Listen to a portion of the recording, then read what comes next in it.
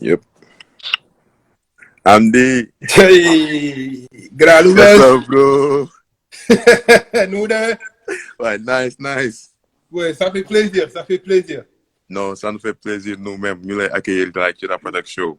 Non, j'ai vu le travail que tu fais en ce moment, mais c'est super. Donc, c'est vraiment un honneur d'être ci ce show là, hors de guerre. Parce que effectivement, like, plateforme dañ ko defar uniquement like pour la young generation. Pour ñu am benn background boo xam ne dañ ko am saa yu bëggee xool like basketteur Sénégal bi li mu def ci àddunaam ak carrière ak fi mu jaar mën ko faa fekk. moo tax ñu créé lii parce que yaakaar naa ni tamit ñun Sénégal dañoo war a xool suñu bopp xool like ñi nga xam ne am nañ leen as a reference. mais ñu bañ a dem di xool ci ginnaaw wala affaire yooyu noonu. donc ça nous fait un grand honneur like ñu lay invité ci la Product Show. Non, ça c'est très important. C'est super parce que même maa ngi déglu live bi nga doon def ak Grand Mactar. Il y a plein d'histoires que man sax xamuma donc ça fait plaisir de savoir que les gens même sont intéressés de xam histoire bi ak fi gars yi jógee ak ni ñu def ba egg si fi ñu egg.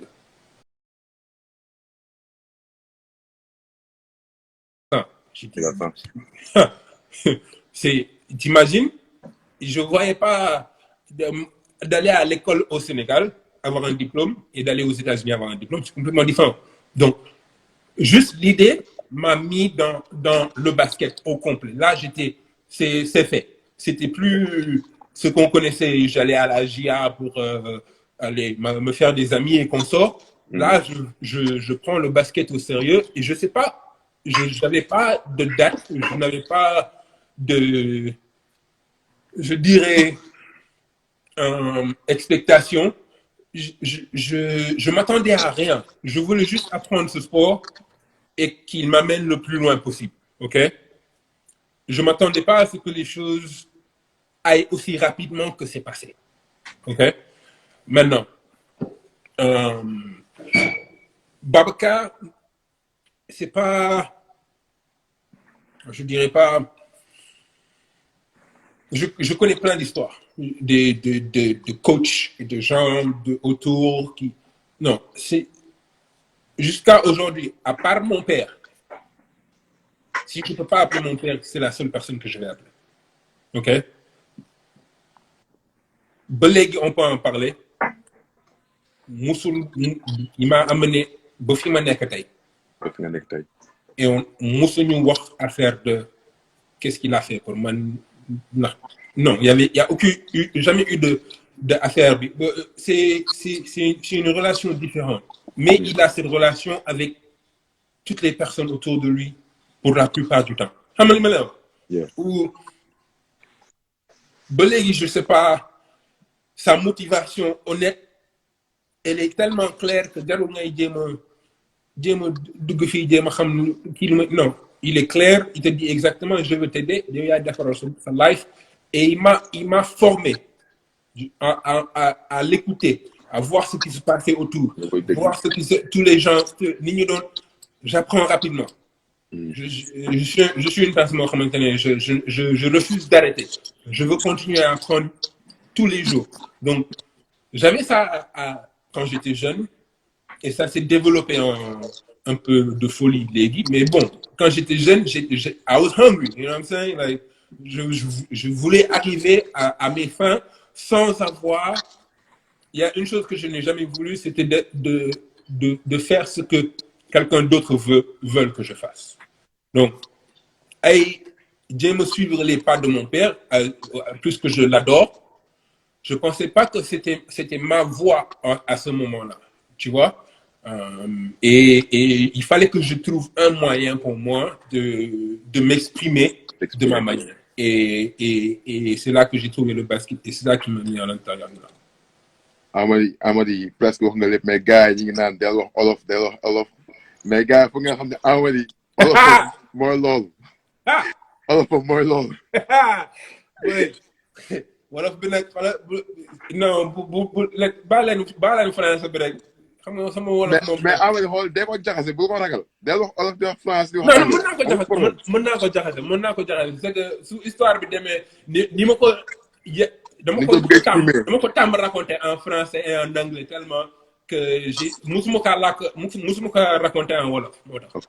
ok mais may nañ la lool tey because la protection fii moom dal jàmm la relax xam nga. esprit bas ouvert donc noo ko sentiree rek waxee ko noonu. mais Amady ok quelle année vous avez quitté le Sénégal et dans quelles circonstances vous avez quitté le Sénégal parce que jour yu bëri soit dañuy am bourse dem am jour dañuy dem camp ñu gis leen foofu noonu ñu aay ñu yóbbu leen mais yow nan nga demee États-Unis sa dem ak ban année nga moom. Donc ça continue l'histoire exactement. Ok.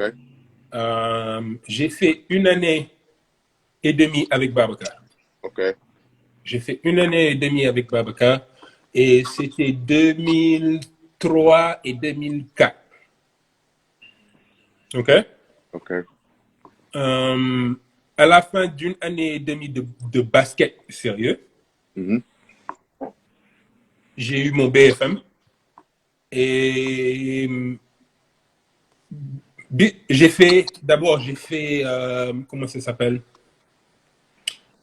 NBA camp à Johannesburg. Basketball without borders. Basketball without borders. D'abord je sais xaw ma naka laa def ba dugg ci NBA without borders ba egg fa ba. te jamono jooju 1 an doon nga basketu. Kese. ok. kon li ma lay wax nii 1 an ci 1 an boobu dem NBA without borders ak Djibi et affaire yi ci laa commencé comprendre vraiment qu'il fallait prendre cette affaire sérieusement. Affaire bi il faut que ma jël ko sérieusement. Donc ma dugg ci camp bi et tout s'est bien passé. Affaire yi tout s'est bien passé. ñu dellu si Babacar na ma j'ai reçu une bourse pour les États-Unis. Fait que man maa mujjee ci kër gi. yaa mujjee ci kër gi effectivement. Et donc c'était choc mais j'avais pas trop le temps de penser xam nga li ma lay wax maa ngi naan comment est-ce que c'est possible mais dafa am gars yi ñu gisoon et avec mes capacités mes habilités à l'école et li ma doon def looloo ma gën a dimbali. ci donc yow dem bi sa jàng moo la jàppale. moom mais nekkul woon like ay trop mais jàng bi nga fonkoon sa école. That's very important, like what you think about right now.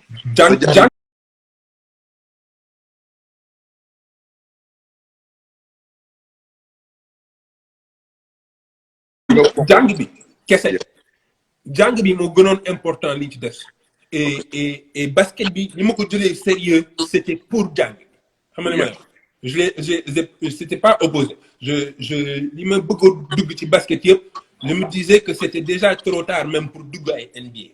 Yeah. Babacar m'avait expliqué ay statistiques il m'a expliqué beaucoup de choses entre-temps mais graaw li important woon mooy naa dem école naa dem jëli sama diplôme États-Unis ok. Et pour arriver foofu il fallait ma dugg ci basket bi ba xam exactement naka laa mën a aaye ba egg niveau basket université foofu rek moo doon samay plan. li ci des c'est venu après ça n'a jamais été je sais pas li ma doon xalaat mooy parce que bi may dem maa ngi doon high school. yaa ngi high school. maa ngi doon high school 2004 laa jóge 4 novembre 2004 je m'en souviens très ba léegi 2004 laa jóge je suis allé en high school à New Jersey Burlington. ok. quand bi may dellu si Johannesburg Babacar jox ma téléphone bi dama kii mooy coach bi la war a jëli bi la jox bourse bi consort waxal ak moom nga foog ne sama anglais dafa mënoon kii ba ma téye téléphone bi di wax gaañ bi naan ay hello yes I am coming dama laa mën a yokkal xool ci booy yow sa recherche yow fu mooy yow tu n'as pas de limite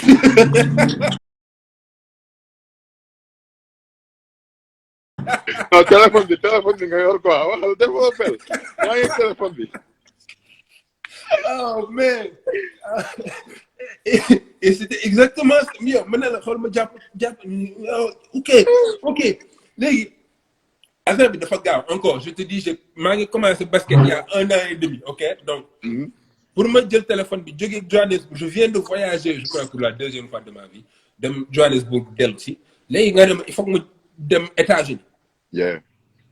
j'ai on me temps xalaat mais en plus on me dit je crois 3 mois là amoon avant dans 3 mois là am pour jëli visa jëli affaire yi jënd sa billet dem sa yoon nga foog ne calculer woon naa affaire bu mel noonu non j'ai pas loolu yëpp j'ai pas calculé donc même dem jëli visa bi yow tamit ñaata joueur nga xam dem leen ba ambassade ñu dàq leen parce que mënuñu làkk anglais mënuñu def et nga bëgg ñëw léegi 2 semaines xaw ma 3 semaines vite fait ñëw dem laajte ambassade et c'est ce qui s'est passé. mais nañ taxaw foofu. mais yow sa ñëw États-Unis bi nga basketé 1 an rek. mais yow foo woon yow teeloon trop nga dem États-Unis parce que affaire boobu yaa ma koy expliqué nee nga procédure bi in your mind like was so fast you could not like think so right like what's going on right now. je vais te raconter fan la affaire bi excès sama biir mind. ok xam nga li ma lay wax ni yëpp. je te raconte quand je me suis réalisé de toute l'affaire parce que affaire bi dafa gaaw je te raconte et j'avais 16 ans. ok à 16 ans dellu sa 16 ans nga xalaat sa mind fan la fu muy nekk ci instant yi mel noonu. maa ngi xalaat maa ngi dem États-Unis dem bi maa ngi xalaat maa ngi dem ñëw dem rencontrer 50 Cent tey egg naa tey sama biir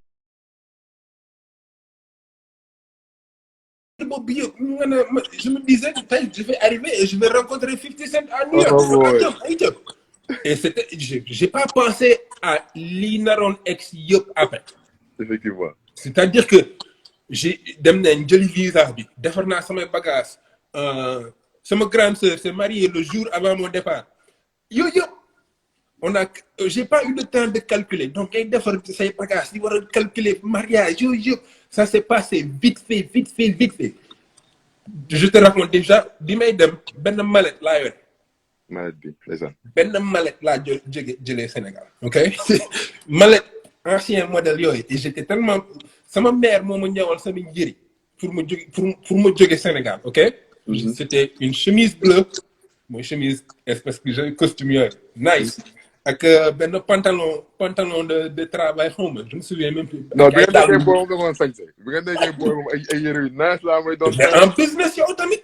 yo for real. je suis en business. nice gentleman. je vais aux États-Unis demain xoolal affaire bi c'est ça. léegi entre-temps maa ngi formé parce que Babacar est en train de m'expliquer li ma waroon expliquer dans toute la déla.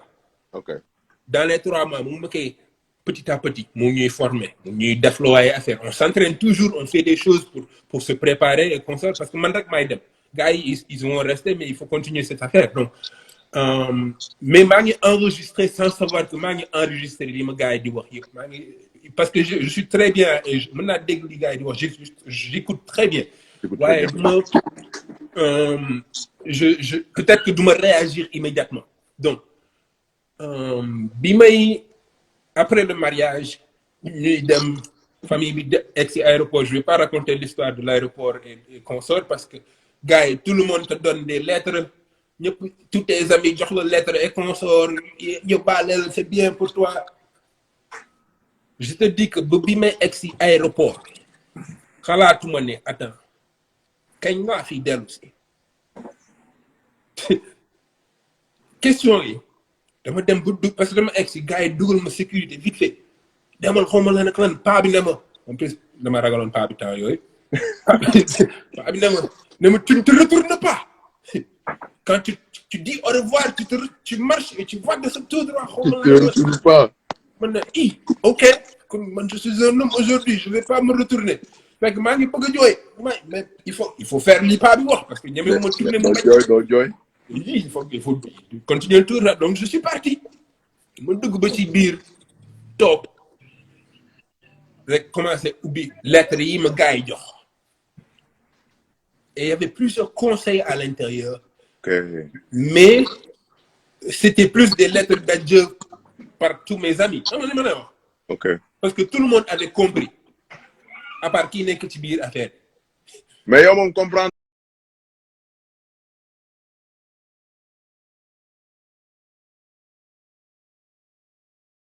Doo woon dara pour yow boo demee 50 Cent da nga koy gis ak Rihanna. mais ñi nga xam ne yow ñoo doon nga aéroport. ñooñu xam nañ li nga nar a daji. Ouz. xaw ma woon sax kenn moom may jël si aéroport. damaa xam que moom may jël si aéroport. instant boobu laa xalaat mu ne man kii may jël si aéroport il est noir wala il est blanc. attends kii day làkk anglais naka laay génnee biir aéroport bi. je connais toutes les lyrics de 50 Cent et Eminem mais xaw ma li gars yi di wax. doo xam. tout ñëpp xamoon nañ ma Dakar ak samay grand casque damay dox ak nga casque yi naan you can find me in the club battle full of bub yooyu laa doon dóor waaye dama xam li gars yi di wax. léegi je dois aller aux États-Unis te xaw ma kañ laay dellu si fii. kañ laay gisaa sama mère kañ laay gisaa sama père kañ laay gisaa sama sœur mais attends affaire yi commencé jaxasoo. Et c'est le moment où lépp Dakar, New York, je vous dis, c'est 8 heures de temps. Okay? C'était les 8 heures les plus pénibles de ma vie, sur ma bataille wow. Parce que je viens de réaliser que j'ai pris un pas sans savoir que j'ai pris le pas qui a déterminé le reste de ma vie. Okay. J'ai pas eu le temps de réfléchir, donc j'ai juste fait. Si j'avais eu le temps de réfléchir, c'est moi qui mais j'ai pas eu le temps et j'ai dit ok, demain idem. Mais comment est-ce que je vais arriver à survivre dans un pays où je n'ai personne, je connais personne, je crois que il faut que tu aussi. Instant yaa ngi Sénégal sa parcours like expliqué nga ko bi nga nekkee xale ñu sa parents accompagner ñu la jàppale ba jox teg la ci loxo Babacar. Babacar yeggaleel liggéey bi wax la importance su jàng ni mu mel. wax la like nan nga mën a nekkee góor ci boo nekkee ci jàng ak nga fonk ko léegi bi nga réaliser rêve boobu def basket 1 an dem basket boobu without ball bi nga fa jugee lañ la jox bourse boo xam ne moo la permettre nga ñëw États-Unis mais yow ci sa rêve yaa ngi naan non man affaire yi mooy loolu boo ñëwee États-Unis yegg naa bu ma ñëwee États-Unis pro la boo ñëwee États-Unis NBA direct donc yaa ngi def maa ngi sa bopp instant boobu noonu. non. duggagul woon kañ la dugg loolu. tu parles de NBA. yeeg kañ ñu commencé xalaat yow di nga dem NBA boo ñëwee yegg nga parce que ñun ñu bëri buñ nekkoon Sénégal lañ doon xalaat. honnêtement dernière année universitaire. fi nga ko xalaat. bi may doog pare sama diplôme ba ma xam ne je vais finir mon diplôme le NBA doog dugg sama biir bopp. merci même taxawal foofu après foofu dañ ko développé mais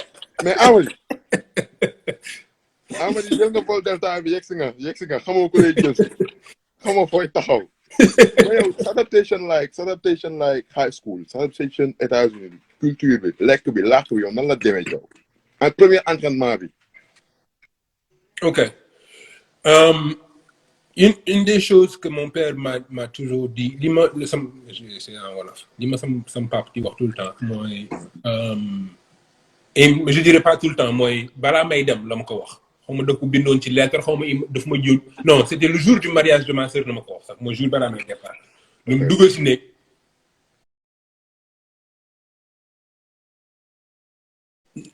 il m'a donné des conseils qui étaient extrêmement je peux pas te donner la valeur des conseils que sama papa li ma wax balaa may dem entre moom ak Babacar parce que Babacar maa ngi suñ lettre tamit mais ñoom ñaar li ma wax balaa may départ le jour d'avant mon voyage m'a aidé et l'une des choses principales c'est apprendre à t'adapter foo mën ci dem soo waree lekk bi respecte-les fais ce que toi tu as à faire n'oublie pas d'où toi tu es mais à la fin fais ce que toi tu as à faire pour t'adapter à la situation pour mu gën la neex le plus possible que tu sois à l'aise toi-même avec les gens autour et que les gens soient autour de toi ce qui fait que ba tey jii dëkk bu ma dem je fais la même chose la même chose. Je m'adapte à la situation et les gens autour de moi. Il faut que c'est pas, je ne cache pas qui je suis, jamais. On m'appelle Africa, parce que je le cache pas, mais je m'adapte à la situation parce que je ne me plains pas de la culture des autres.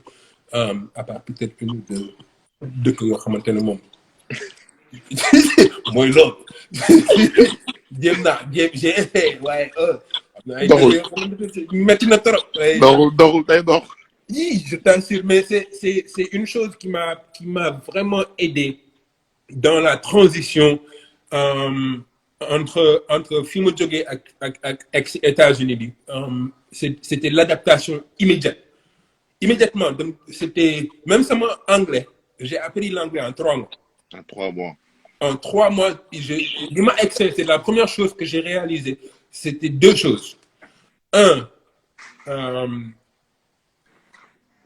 l'accent que j'avais, école bi ma nekk gars yi dañ ma doon tooñ tout le temps. xam nga li ma wax loolu rek la ñuy wax accent bi. ku mën a reetaan rek dóor la accent bi nga reetaan c'est pas grave, mais ça m'avait choqué. Boobu je m'y attendais pas. Et immédiatement en 3 mois dama ne non, il faut que je commence à comprendre ce que les gens me disent. Ok, il faut que je m'adapte rapidement pour que d'abord mën la wuyu, mais à la fin que je sache qu'est-ce que je dois changer, fan laa war a jéem a xam lan moo gën ci man et consort mu mën a au moins, mais je prenais pas je me fâchais pas honnêtement. Tu ne te fâchais pas. Parce que gars yi liñ ma fou, je peux te raconter des histoires da nga naan gars yi ils sont fous. Est-ce que du reetaan foofu la jógee. Hein? Est-ce que du reetaan bi laa foofu la jógee. Non, ouais, à peu près, parce que c'est à peu près ça, je dirais, où je me marre de tout, honnêtement. Je trouve le positif d'un fond, le moment que tu as des positif. Des fois, c'est pas facile, mais du tout, c'est presque impossible. Mais n'a trouvé positif, un environnement autour de moi, négativité, la mënul am autour de moi. J'adore être, donc même si on me tourne ça, je préfère balle et continuer à faire bien. Et c'est une chose à apprendre dans le monde. Je parle pas sur le terrain, les c'est ça qu'on a sur le basket. Tu terrain, tu peux faire ce que tu as à faire pour te défendre et consort. Mais dans le monde normal, autour de nous, il faut être correct. Il faut savoir que j'ai appris à ne pas me mêler des affaires qui ne sont pas les miennes, quoi. Ahmed, li nga xam ne dafa important, it's very important, like, parce que joueurs yu bëri Sénégal bu ñu quitté Sénégal peut-être jamono jooju la ñuy ñëw high school la ñuy ñëw wala prep school la ñuy ñëw wala G-School la ñuy ñëw, mais la plupart de la frustration daf leen sonal, dañuy mer lu bëri parce que soit coach bi du leen joué loo, ñu mer lu bëri parce que gaañu nañu, ñu mer lu bëri parce que am na lu leen metti yow booyoo lan nga leen di wax. C'est une combinaison, honnêtement. C'est vrai. Ça arrive à presque tout le monde. Ci yoonu succès. Il y a plusieurs choses, je le dis tout le temps, plusieurs choses qui vont te faire tourner à gauche. Yeah. Dafa bëri. Je peux te raconter de mon premier jour au dernier jour ba tey jii nii mën naa la wax ay histoire yoo xamante ne tu as envie de devenir quelqu'un d'autre sax pour te protéger. Mm-hmm. Je peux te raconter un exemple simple. Mm-hmm. et qui va sûrement résonner avec les Sénégalais. Et c'est mon premier, disons, le premier jour aux États-Unis. Première semaine. maa ngi doog a egsi. ma egsi et déjà bi avion bi atterri, j'ai réalisé que j'étais aux États-Unis. Il fallait que j'ai un but, il fallait que je fasse ce que j'ai à faire pour arriver à l'université déjà. mu am ku ma bëgg a dugal université ba ma mën a continuer. Donc loolu yëpp c'était dans les buts. Premier jour bi j'étais déjà ci affaire yi. Léegi à ce temps-là maa ngi doog a jóg waaw maa ngi doon julli musulman et j'avais mes tapis de prière. C'était presque dans ma petite mallette. bi ma yore woon avec mes 2 chemises et consorts. sac bu ndaw bi. Tapis de prière et mon Coran étaient les seules choses qui étaient dans ma valise, ok. ma egsi ci première semaine bi di dem école revenir dellu si école un jour je vois que j'ai mon tapis de prière le Coran et le truc sur la table de la maison ci bi ma doon dëkk. ok. et borom kër gi ñëw toogloo ma ak restu kër gi ne ma lii lan la. ma ne ko lii laay jullee lii la quand su ma ko soxlee moom laay jullee quoi. et immédiatement mu ne encore sama anglais n'était pas encore très bon. maa ngi doon samay première semaine aux États-Unis et j'avais encore 16 ans donc expression rek laa la mën a wax lan la ce qu'il disait quoi. Okay. Et en général li ma doon wax c'est que ci biir këram bëggul ku ci julli. ku fa julli effectivement. ok et que sama école c'était une école chrétienne. ok. et que pour rester aux États-Unis et aller ci affaire bi il fallait que je n'utilise pas li ma yore et que ñoom ils vont devoir garder affaire bi léegi. Je te rappelle, première semaine aux États-Unis, yaa ngi doog a egsi, c'est première étape où tu te dis attends une seconde. lii mooy lan en tant que jeune rebelle et consort wala cat je viens du Sénégal lii sama gi mooy sama religion bla bla bla su la neexee nga de ce moment-là tu réalises que n'importe quoi mën na changer cette trajectoire. ok et ma naturelle réaction mère et consort ça ne servait à rien. li ma wax c'était clair je n'ai aucun problème avec vos règles yàlla mooy yàlla. yàlla mooy yàlla. yàlla mooy yàlla. vous pouvez garder. foofu ba ma taxaw foofu tuuti parce que yaa ngi wax lu am solo parce que premièrement boo ñëwee États-Unis jógee Sénégal ni ngay gëmee religion bi ni ngay jullee ni ngay def lépp boo ñëwee États-Unis plupart du ñun école chrétienne lañ dem man sama high school catholique la woon total da ngay ñëw ñu la pas dire chaque jour da ngay dem messe. c'est obligatoire donc boo ñëwee sa sensibilité boobu la ñuy njëkk a laal muy sa religion. mooy li nga nekk di développer te dama lay bàyyi nga continuer ko te boo nekkee yenn jours yoo xam ne yow sa xol da nga koy topp wala ni doo mën a def dara doo mën a bàyyi sa xol du neex li fay nekk yëpp yaa ngi dem ba like tu le fais like à contre gré. donc Amady foofu lan nga fay continuer. encore intégrer j'ai aucun problème. li ma lay wax yàlla mooy yàlla. dans tous les coins du monde on a un Dieu non. yes. donc ma foi n'est pas basée sur un tapis de prière. ma foi n'est pas basée juste sur un livre. loolu je l'ai compris à un très jeune âge. mais encore une chose sama yaay elle a grandi catholique. j'ai été à l'église. Okay. un pape musulman là. Okay. J'ai pas de problème de religion. C'est-à-dire que religion, c'est ce qu'on utilise pour s'adapter. Okay. Mais encore, je viens de l'apprendre il y a pas longtemps parce que je grandis dans ma religion. Il y a beaucoup de choses à apprendre, mais à cet âge-là, c'est réaction. C'est des choses à savoir, à contrôler ses émotions et ses réactions dans des temps.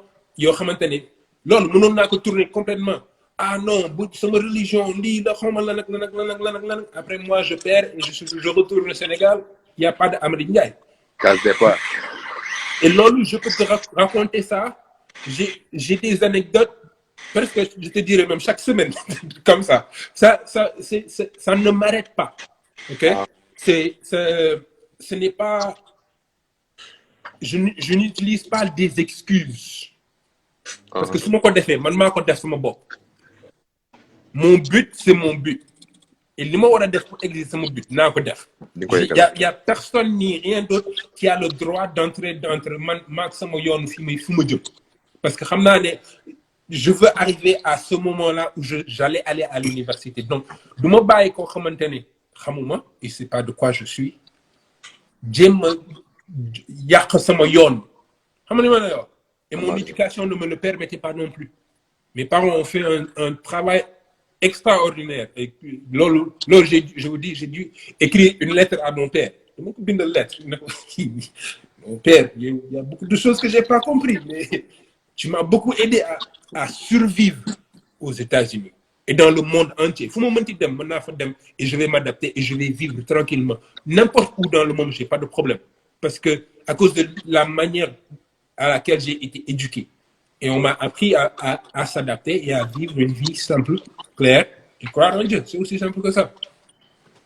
Amadi, presque like sa high school moom nga nekk nii di développer a guy like li nga xam ne mën nañ koo jànkonteel muy face what they can see in the road like loo xam ne yow give up and you don't tell them to give up parce que da nga leen wax like ñu xam ki ñu doon xam like nan la ñuy dundee ci genre circonstance yu mel noonu mais Amadi sama next question like mooy sa high school yaa ngi ñëw def nga 1 an basket ba léegi maay high school because yow da nga teel ñëw États-Unis parce que boo yu bëri léegi bu ñëw États-Unis peut-être yow sa expérience yow la ñuy ñëwee sa âge bu baax la ñuy ñëwee donc moo ma bëgg ñu taxaw foofu high school bi ak college bi bu baax pour nga mën a expliquer booy bu baax ñoom li ñuy daj balaa ñuy dem NBA balaa ñuy dem équipe nationale balaa ñuy dem foofu noonu yëpp parce que ay points yoo xam ne dañ ko laal mais yow sa premier match bi nga ñëwee di ko jouer nan la demee woon. ci laa réalisé ne xamoon li may def déjà commencé ok li ma doon def yëpp Sénégal di ma egg États-Unis là j'ai may gis booy sama âge di jouer donc liggéey bi ma foogoon en regardant la compétition que j'avais au Sénégal. Et je me disais que ñii ñoo ma gën a élevé fouf. Ex-États-Unis, ex-high school à 16 ans. Je me dis, attends, j'ai encore beaucoup plus de travail à faire. Okay. Et le truc, c'est que on m'a pas vraiment aidé ma première année. Ok. Du tout. Ma première année, le coach m'a dit clairement, taxawal fii lu egsi nga bloqué. bu kenn dugal ci fii. ok. lu egsi nga bloqué. ok. soo eggee fële soo la neexee nga jox la nga tëb def dënkal la sa affaire bi neex rek mais fii moo gën a important lu egsi dóoral fële. ma ne ok ku egsi ku sànni ma tëb ku sànni ku egg ñoom su ma ko bloqué su ma tëb. mais sama explosivité à ce moment-là moo ma dimbali. parce que gars yi commencé à reconnaître gars yi kenn mënul egg si biir ba raquette bi mais c'était ma première année loolu au moins j'étais fort dedans ci bloqué rek ok j'étais encore pas fort je comprenais pas vraiment le basket consort mais au moins j'ai trouvé un atout que j'avais. Ok. Et je développais, j'apprenais un petit à petit, mais pas avec entraîner et consort, c'était par match. On a des matchs entraînés un peu petit à petit en high school, puis après tu vas jouer. C'était pas vraiment important, quoi. Deuxième, parce que j'ai fait 2 ans, junior and senior of high school. Et c'est la deuxième année que les choses ont pris une tenue complètement bon, parce que je ne sais pas si tu as le temps dans ton live pour cette histoire, elle est sur HBO. Ils en ont fait un truc Stone Ridge parce que Babacar est venu aux États-Unis. Ok. Babacar est venu aux États-Unis et il a amené d'autres jeunes avec lui, avec Djibril, Thomas et plusieurs autres jeunes de France et du Cameroun, je ne me souviens plus de tous les pays. Et il devait être coach d'une prep school en Floride. À Floride. J'ai lu l'histoire, continue. Ah, tu as lu l'histoire? Oui, continue. Tu es sûr que tu veux que... Ouais. Ok. Donc, continue. J'ai même l'histoire dans mon téléphone, continue. Ok. Et l'affaire est et devait être vraiment super parce que déjà, mon joggé film en New Jersey, Didem Floride, retrouver Thomas et Djibril. Pour moi, c'était très important et je voulais me ressentir encore avec la famille. Et Babacar serait là pour continuer ma formation, pour me mener dans mes buts. Donc, j'ai même pas dû y penser 2 fois. Il m'a dit que j'arrive. J'ai dit, OK, les gars sont arrivés, on y va. Donc, la prep school constituée de plusieurs Africains, disons, une équipe complète africaine. Et les prep schools eux-mêmes, parce que la high school c'était nous, et les prep schoolers qui sont plus élevés que la high school, c'était des Américains. Ok? Maintenant, on a joué un tournoi en Floride durant les vacances, on a dominé, mais je parle d'une dominance incroyable. Et Guy Dor Babacar ben coup.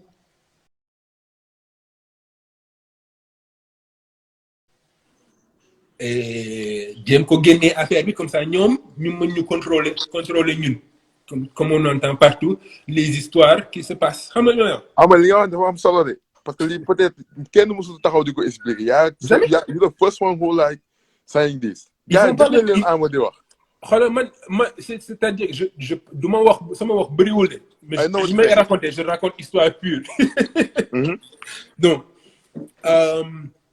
li xew c'est que gars bi jéem a coup Babacar pour prendre contrôle coaching bi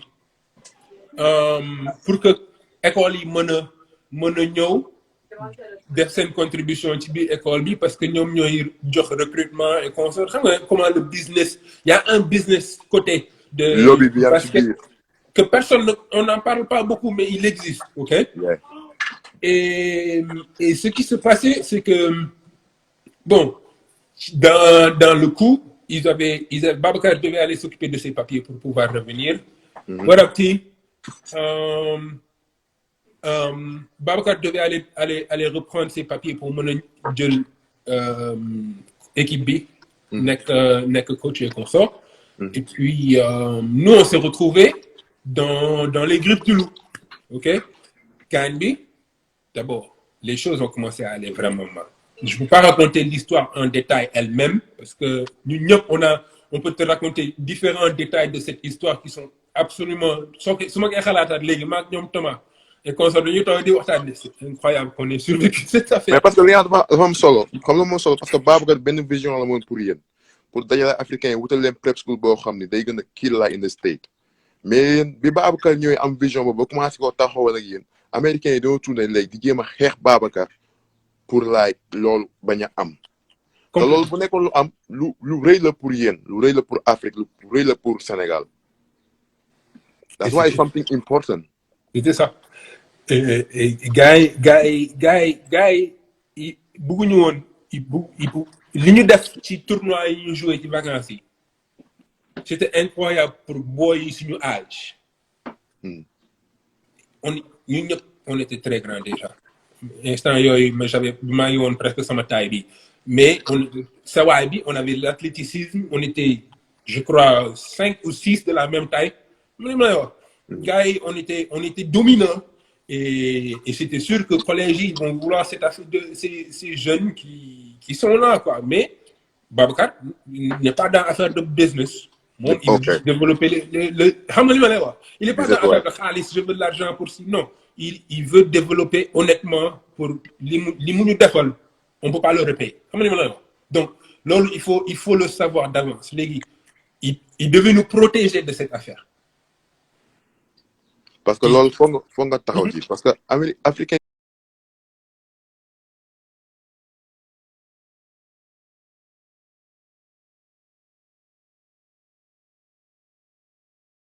yu bëri bu ñu États-Unis duñu xam seen valeur duñu xam like valeur marchande ba ñu am carrément duñ ko xam parce que américain bi du la wax like ki nga doon da lay wax naaw da lay négliger da lay soofantal te xam na ni am nga valeur boo xam ne comme pas possible te fii booy Sénégal africain yu bëri dañ leen di utiliser pour ay job ci ñoom ay liggéey maa wax wàjee parce que jaar naa ci dund naa ko. je sais utiliser pour like wut liggéey ci yow dañ lay utiliser pour xaalis sa ginnaaw dañ lay utiliser pour like seen carrière bopp uniquement. c'est ça et booy Sénégal africain yu bëri ñëw souffrir ci loolu noonu mooy li grand bi wax les grands Babacar ñëw bëgg a dindi loolu kenn du ko corrompre mu ñëw bëgg a gérer ay booyam boppam biir Amérique mais bi mu ñëwee gars yi woon ko ñëw dëkkoo Amérique ñun fii suñu dëkk la suñu loi la ñuy continuer. Et c'est ça. Et affaire bi c'est devenu une catastrophe parce que dañu egg si benn point boo xamante ne gars bi daf ñu arrêté jox ñu lu ñu lekk suñu kër. suñu kër amatuñu woon dara lu ñu mën a lekk ñu war a dem entraînement tous les jours di entraîner war a dem école tous les jours sans lekk. Au début bi muy commencé arrêté ay pepperoni pizza la indi ci affaire bi ay pizza au porc la indi ci biir kër gi ñu ñaan ko mu prochaine fois sarax ñu bañ ñu indil ay pepperoni parce que duñu it kii mbaam mu indiwaat ko semaine bi ci topp mais ak chaque jour affaire bi gën a wàññeeku y avait encore moins chaque semaine. pizza yi di wàññeeku lekk bi di wàññeeku ba mu egg si benn point où y avait plus rien ci biir kër gi. ba ñu war a dem nappi ci ginnaaw kër gi pour jàpp ay jën pour mën a lekk. te lii si biir États-Unis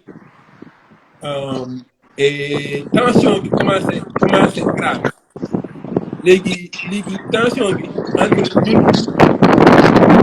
les gens qui se font maltraiter ak américains nga xam ne dañuy egg si entraînement di dóorante ñii ñu ngi lekk ba suur ñu ngi xiif ba bëgg dee. gars yi ñu reetaan mel moo nekk ci biir dëbb roof ba ma sonn mel moo nekk ci biir dëbb roof maa dégg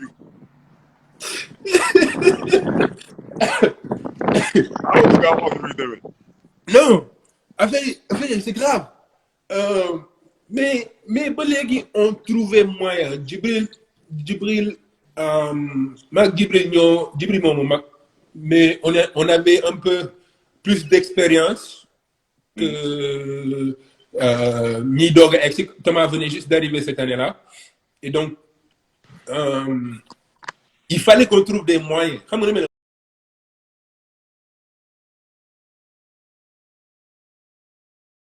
ay dem napp ci ginnaaw kër gi ay naka lañ di crocodile xaw ma alligator xaw ma di ñu jéem a jàpp ci.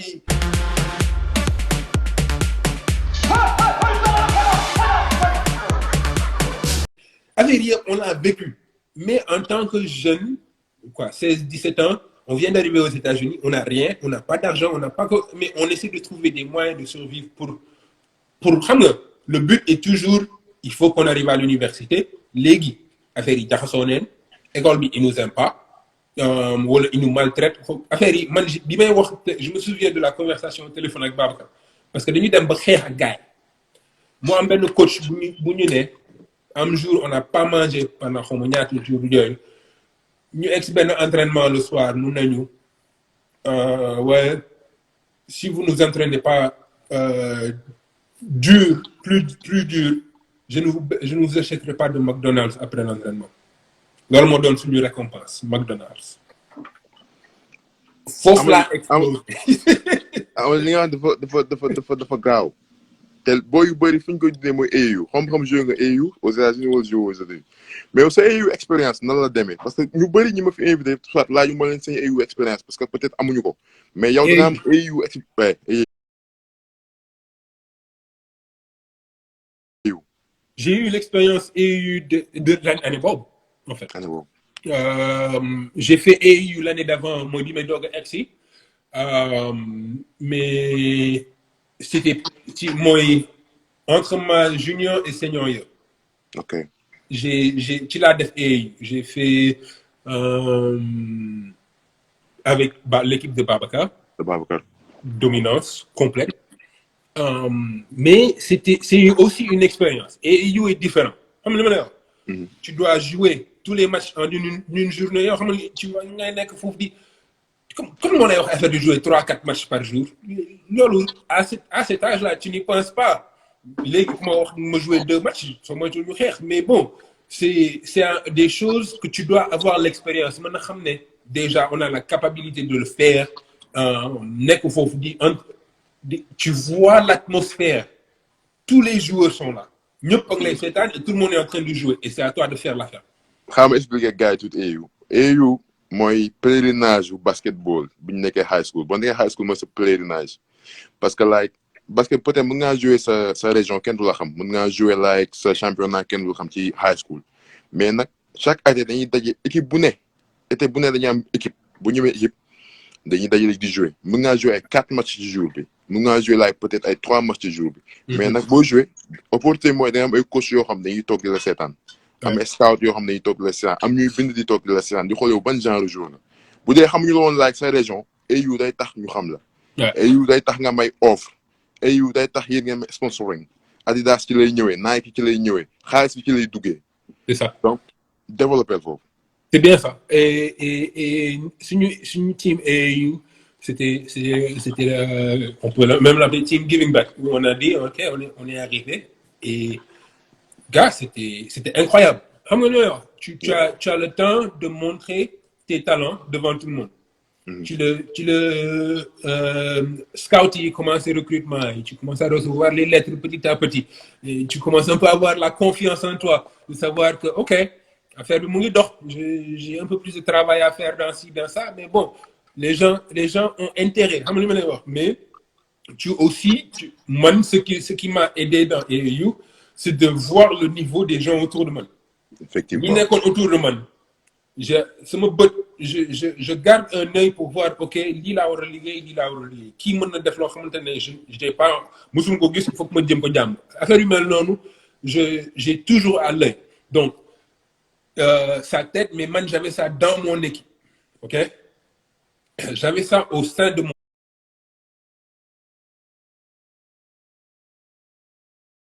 mon équipe. Où tu as Djibril Thiam, qui est 4 et 5 de l'équipe nationale maintenant, qui était mon meneur. Il avait la taille et il était meneur en fait. Tu as Iba Thomas, l'homme sans conscience, faut que tu parles de ça, Nico. Lolo man ñame wu ma ko woon sax temps yooyu soo ma joxee bal moom jëlal j'en veux pas su dul dëgg je te redonne ta balle yooyu je le regardais et je me disais c'est sa ligne à lui xam nga lu ma lay wax ñun ñëpp on avait nos lignes ak li ñu mën a def et on essayait d'améliorer cet aspect de nos jeux mais ça se voyait qu'on complimentait l'un à l'autre parce que xam nga ne nga nekk ci terrain avec des gens que tu connais et qu'on a le même objectif. Non, on peut jouer ensemble.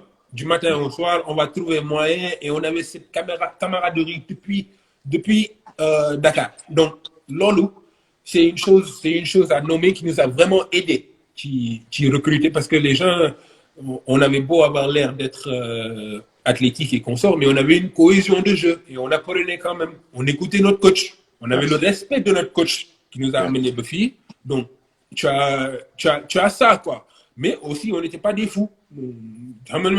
On était vraiment concentrés dans nos études. Études, non. C'était ma priorité à moi. Donc, ouais, c'était ça le système AAU. Ma ñëw résumé foofu parce que yéen Amady je pense que yéen ngeen amoon chance bi ngeen amoon mooy da ngeen amoon ku leen coiffé ngeen am équipe africain boo xam ne yéenay gérer seen bopp mais du chance bi ngeen am du ñëpp comme parce que chance bi ngeen am la même chose la am parce que man équipe africain la amoon ñu ñoo doon gérer suñu équipe ñu ñoo nekkoon leader yi ñu ñooy wax lu ñu neex lépp lu dugg ci équipe bi xam nañ lan la bu ma amee offre dañ ma ne am naa offre su ma benn coach offre mais booy africain yu bëri amuñu chance boobu parce que damay jël su résumé booy africain yu bëri benn paaw tubaab mooy am équipe doomam gàtt 6 5 11 léegi bu doom ji gàttee mu wute africain bu wutee africain gaan bi jox ko xaalis pour am booy boobu africain bi léegi soo bu amee booy africain bi like lépp lu muy liggéeyal pour doomu paa bi lay liggéeyal mais du pour boppam paa bi bu amee école boo xam ne neex ko mu offrir booy bi sax paa bi du ko wax booy bi du ko mus a wax léegi foog mu am benn genre école boo xam ne day nangoo jël doom ji nangoo jël booy africain bi pour booy mën a dem ci école boobu ñu boobu et ça c'est malheureux.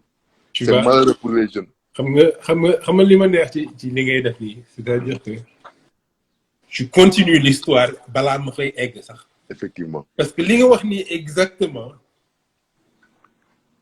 exactement ce qui s'est passé après la Floride. Parce que Floride li ma waxul c'est que dañu daw.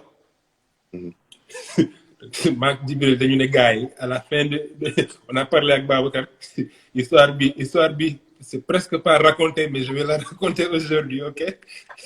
Maak Babacar ak Djibril et il y avait un coach avec nous à ce temps durant ce temps Patrick qui était là-bas et l'histoire c'est que on avait décidé qu'on en avait marre. C'était pas possible. Xeex yi ñu ngi xiif il vaut mieux partir. Léegi xamoon ne gars yi duñ ñu bàyyi ñu dem et ils avaient mis ci biir kër gi ñaari américain pour mën leen wax lii affaire yi lii nar a xew donc ñoom ñu bàyyi leen seen biir nekk ñu ne ok 3 heures du matin dañuy jël suñuy bagages yëpp dëggal ko ci biir van bi daw lii histoire mu ngi mel ni télé laay wax 3 heures du matin ñun ñëpp. I live the same thing. demal gën a développé. fi mooy Rapporteur Show histoire yi ngeen wax yëpp mooy histoire yoo xam ne dañ koo dund. histoire yoo xam ne dañ koo gis. that's the real story. nobody gonna tell you kenn du ko wax fenn. doo ko wax mais da nga koy dund la moom lañ leen di wax fii nii. quand tu racontes les histoires gars yi da nga naan non c'est pas possible mais c'est de la réalité. xam nga li ma lay wax gars yi dugg ci van bi ñu daw gars bi coach bi jël. kii bi di daw on était xaw ma 6 xaw ma 7 ci biir van bi rek dem rek et on va aller dem xaw ma fan on va conduire quelques heures on va se cacher quelque part et c'est fini avec cette affaire léegi on devait se cacher on a d'abord fait l'aéroport bon xamul pourquoi on est allé à l'aéroport waaye xam nga rek panique bi kenn xamul lu ñuy def gars yi ils devaient faire des organisations puis après ñu dem ci benn motel toog fa motel bi di laqatu di dem ay mall di benn drink noonu nga jël benn kaas bi naan vite fait jox ko sa partenaire kii ñëw mais on était 7 de cette taille kon personne n'a réalisé qu'il y a 7 gars qui sont entrés dans ce mall et qui marchent tout autour di naanantu et consort pour jéem a naan mais on a fait ça pour survivre xam nga wax et exactement li nga wax is what happened. da nga gaañ nee na ci garage bi nga dëkkoon. mais dëkkoon ci néeg bi.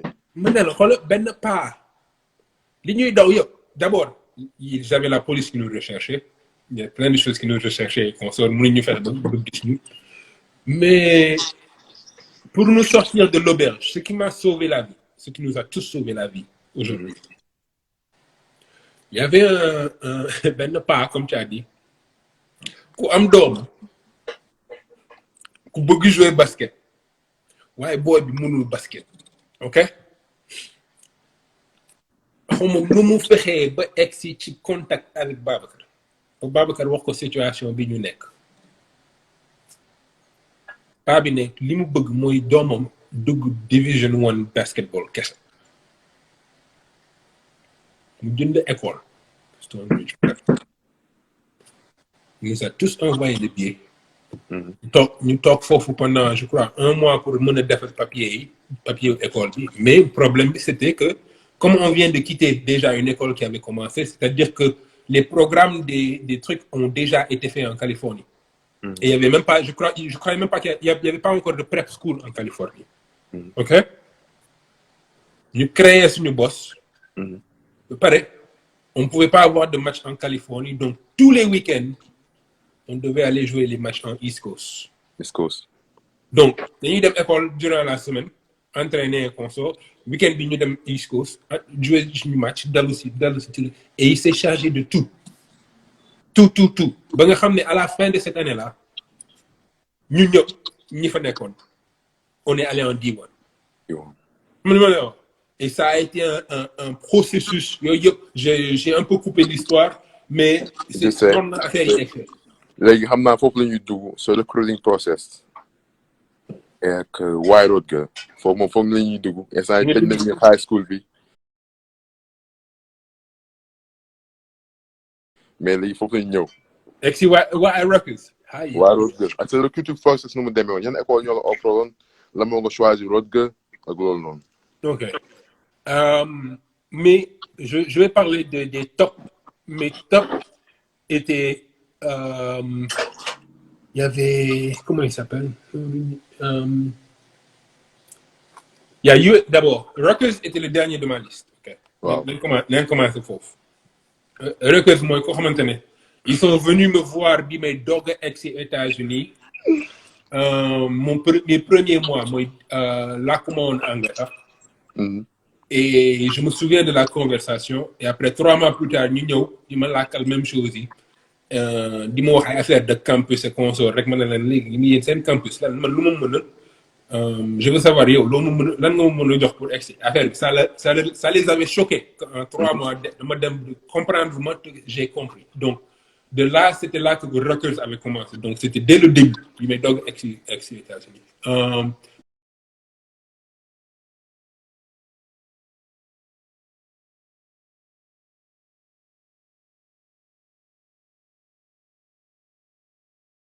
Mais c'était pas vraiment parce que j'avais UConn, j'avais USC, j'avais Miami, j'avais Pittsburgh.